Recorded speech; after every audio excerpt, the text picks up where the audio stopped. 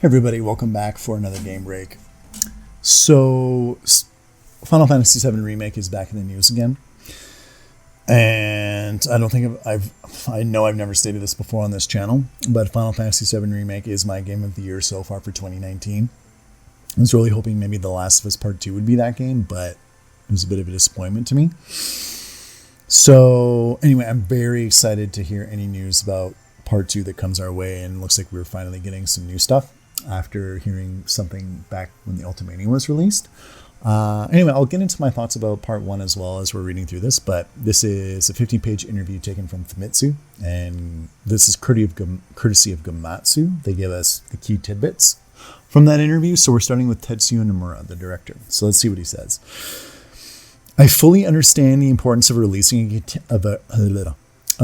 continuation soon. We want to deliver as quick as possible. We've grasped where the level of quality should be this time too. For 7 Remake, I thought they did a great job in terms of quality. Graphics were great. Voice work was great. Combat was great. Some of the textures obviously had issues, but I think that'll be fixed for the PS5 upgrade eventually. They're going to have their work cut out for them. Absolutely, especially since we're actually leaving Midgar now and we're going to get into the open terrain of the world and the open areas. It's still very much a linear game for a large part of it, even though we're in the open world per se, but there's vast environments that they're going to need to do. And with the SSDR and all that stuff, the loading should be top notch for the PS5, so we'll have to wait and see. For the next game, we plan to release something with even greater quality and even more enjoyable than the first game as quickly as possible. 2023 is when this game's coming out. They're going to announce 2022, but it's going to get delayed to 2023. You heard it here first. That's what's going to happen. I have no plans on playing this game for years. And as long as they do a great job in terms of quality and they make it as enjoyable as the first game was, I'm totally okay with that. You know, controversy with the ending and all that aside, I loved that game. I'll touch more on the ending later.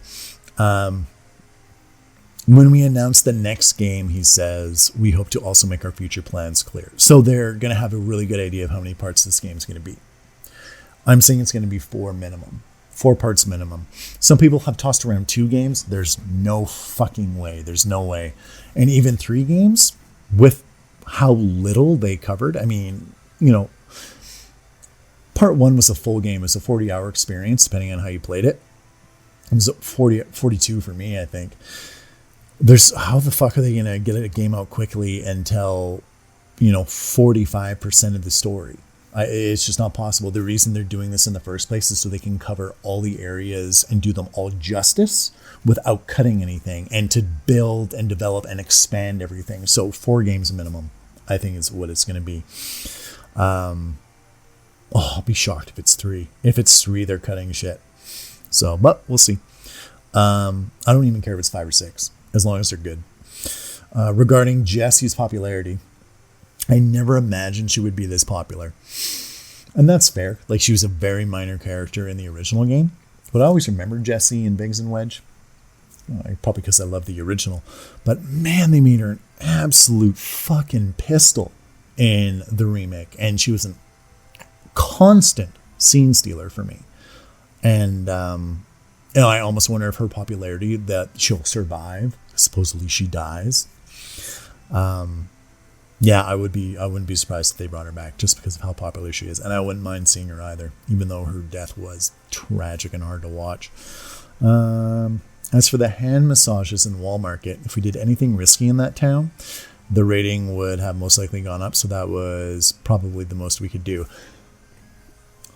And when the hand massage theme was hilarious, fucking perfect, loved it, so funny, like the innuendo of it, great. But Sony and their inconsistent bullshit with censorship, I just don't get it. You can't show a butt in Devil May Cry, but you can show Abby getting fucked in The Last of Us. Like, I don't get it. I don't get it. Like, they're so Puritan sometimes. Like, Nintendo is more lenient with their ratings or what content, developers allowed to have them in them for their platform. I just don't fucking get it. I just don't get it. So, and that probably explains why in the Genova scene in Remake, instead of a trail of blood, We have a trail of alien goo or purple alien blood instead, probably because the SRB rating would have gone up again. And that's why we didn't see blood when people are getting stabbed and shit. So, it is what it is, but Sony, come on, guys. Next party says the whispers could be seen because he made contact with Aerith. How long was Aerith able to see them? That's a question that I cannot answer yet. Oh, that's hard to say. I know that the big theory going around right now, obviously, is Aerith's future self is able to contact past Aerith, via the live stream somehow. And then with all the Sephiroth's bullshit, that's why the fucking, oh, sorry, a fly there. The time ghosts came. So I don't know. I guess we'll have to see, maybe there's a lot of meaning behind when she was able to see them. We'll have to see in the future. Yoshinori Kitase, the story of a new Final Fantasy VII is only just beginning. Yeah, because it's going to take 10 years. Because we have barely gotten started. Yeah, we're in for the long haul, ladies and gentlemen. Now we're on to Naoki Hamaguchi, co-director. Development on the next game has already begun and we're hard at work. You'll be waiting a little while, but please look forward to it. A little while? It's going to be a long while. Feedback from fans who want to use classic mode at normal difficulty will be kept in mind in the future, and that's cool. Like, I think that's totally should be an option. I don't even need classic mode. I loved what they did with the combat system. It just felt like it handled very well and was very responsive, and I just thoroughly enjoyed it. So if they had it, cool. I won't be using it because I like what they're doing with the battle system. Motomu Toriyama, co-director. Roche was going to appear in the last battle. I was wondering where Roche was. I mean, it was a highway fight. Where the hell was he?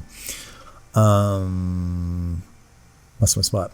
But it ruined the serious tone. Yeah, it's a bit of a goofball. So we got rid of it. And we had the idea of a battle for the slums in Chapter 14, but gave up on that as there are no roads to ride motorcycles in the slums. He's a character that leaves a huge impression from first sight, so his chances of coming back in the sequel are high.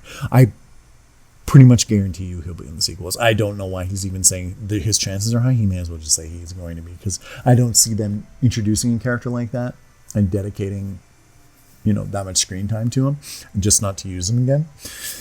Especially when the whole point of this remake is to flesh out everything about Final Fantasy VII and make it bigger and more grand and more developed. I don't know why they would drop new plot threads all of a sudden. Well, they could, but I just don't see it happening. That'd be like us seeing Zack and then dropping it. Maybe that's a bit extreme, but same principle. Avalanche's hideout was removed to create a greater sense of distance between Avalanche and Cloud. Yes, because we didn't go underneath the pinball machine to the hideout in Remake. I was wondering why the hell that was. But I guess it does make sense. It makes Cloud feel more far removed from Avalanche and what's going on. He's not part of the inner circle. So they did do a good job of that in hindsight. But I still would have liked to have seen the hideout. Nobuo Matsu Hollow is the first song I made while playing guitar. Cool. Kazushige Nojima. The Final Fantasy series is a series that continues to challenge and change.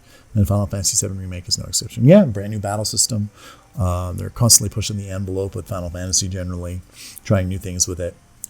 Dragon Quest very much is rooted in tradition, whereas Final Fantasy VII is, Final Fantasy is the experimental, series for them. So yeah, makes sense. Continues to challenge and change. And I want to touch on this really quick. With the ending of Final Fantasy VII Remake, I was really concerned when I first saw it, especially with that, the unknown journey continues at the end. I was super fucking worried. I was worried for days. But after reading, theories and watching people talk about it and reading about it and going through the game again and, hearing what they said in the Ultimania, the developers, I'm a lot more reassured now. And, because I was really scared of what they were doing, I had a very, extreme reaction. I thought they were going to go off the rails and, we're not going to see all of our key moments, maybe not some of our characters, maybe characters that aren't supposed to die are going to die, and characters that do die won't die, and like all this shit. Oh, I was spiraling so badly. But it's just like, the more I think about it, it's part one was super faithful, except for like the last like 2%. To the original, it was faithful and it expanded upon things and it did change things, yes, but generally we ended up hitting the same story beats. And Katase said in the Ultimania, Final Fantasy VII is going to continue forward. By and large, we're going to hit all the same strokes. And they knew when they put in that unknown journey will continue line that it was going to create fucking anxiety in people. Like they knew that when they put it. It's not like they just put that because they'd be thought it'd be a clever thing or whatever. No, they knew the effect that would have on people. So I think it's largely going to be like this game. We're going to hit story beats the way we would before, but a lot of shit in between is going to be changed. We're going to arrive at them differently, or maybe they'll get delayed or they'll be out of order or stuff like that. But I think generally by and large, we're going to hit a lot of the same things. We're going to have black materia, white materia, the reunion, weapons. We're going to see Junin and the Chocobo Farm and Rocket Town and, Sid and Vincent Yuffie and all that. I think all that's still going to be there. It's just there's going to be some differences along the way, which is good because it shakes it up and keeps it exciting. Because I was excited during this remake because like everything wasn't quite the same. So some stuff was new and I was like, oh, this is new. This is crazy. What's going on here? So it added some excitement for me because I didn't know exactly what's happening the whole time. Which would have been fine too, but this was planned as the final installment of the compilation of Final Fantasy VII. This has been on the back burner for a long time. It's something they had planned to do for a long time, and they finally decided we have to do it now before we all fucking die from old age. So I'm really looking forward to seeing what they do, and we're getting bits of like, they're talking about Wu-Tai all the time now, and Wu-Tai is like barely even fucking mentioned in the original game, so that's going to be a big thing. Avalanche obviously has a much more of a world presence in this game. And I'm really excited to see where they tie it up. And I honestly wonder if part 2 is going to end in Wu-Tai with some kind of big three-way between Wu-Tai, Avalanche, and Shinra going down. Because I think Wu-Tai is going to look vastly different. It's not going to be just some little, resort town. Like it sounds like they're a big player still.